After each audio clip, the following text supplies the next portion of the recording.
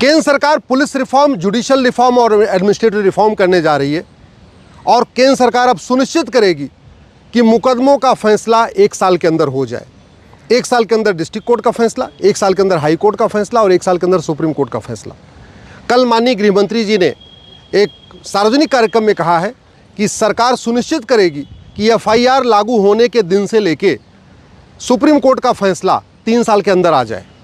अब टोटल फैसला अगर district court, high court, supreme court का 3 साल में आएगा, इसका मतलब ये हुआ कि डिस्ट्रिक्ट कोर्ट का फैसला 1 साल में हो जाएगा, हाई कोर्ट का भी 1 साल में हो जाएगा और सुप्रीम कोर्ट का भी 1 साल में हो जाएगा। मैं बहुत दिन से इसके लिए प्रयास कर रहा था और इसके लिए माननीय प्रधानमंत्री और गृह मंत्री जी को धन्यवाद देता हूँ, उनका आभार व्यक्त करता हूँ कि जस्टिस विद इन ईयर के ऊपर कम से कम सरकार ने गंभीरता के साथ चिंतन शुरू किया है। इसके पहले किसी भी सरकार ने, केंद्र सरकार ने और न किसी राज्य सरकार ने जस्टिस विद इन ईयर के बारे में सोचा था।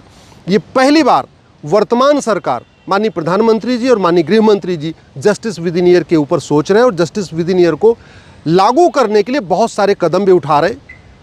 1860 वाला इंडियन पिनल कोड बदला जा चुका है, 1872 का जो एविडेंस एक्ट था वो भी बदला जा चुका है, CRPC भी बदली जा चुकी है, लेकिन इसके अलावा अभी और भी कई काम करना पड़ेगा।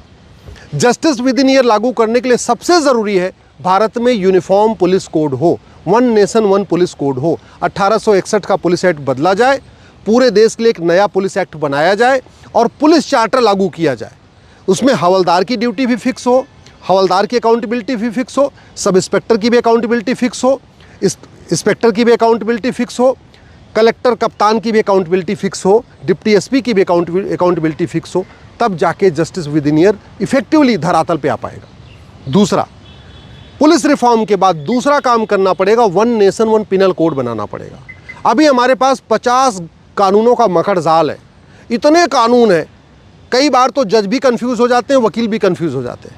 घूसखोरी का अलग कानून, जमाखोरी का अलग कानून, मिलावटखोरी का अलग कानून, कालाबाजारी का अलग कानून, नशा तस्करी का अलग कानून, मानव तस्करी का अलग कानून, काला धन का अलग कानून, बेनामी लेन देन का अलग कानून, हवालाबाजी का अलग कानून, कबूतरबाजी का अलग कानून, घटतौली का अलग कानून, नक्काली का अलग कानून, आतंकवाद का अलग कानून, अलगाववाद का अलग कानून, हत्या का अलग कानून, बलात्कार का अलग कानून। इतने कानून है ना, इनको मर्ज करके 1 नेशन 1 पिनल कोड बनाने की ज़रूरत है।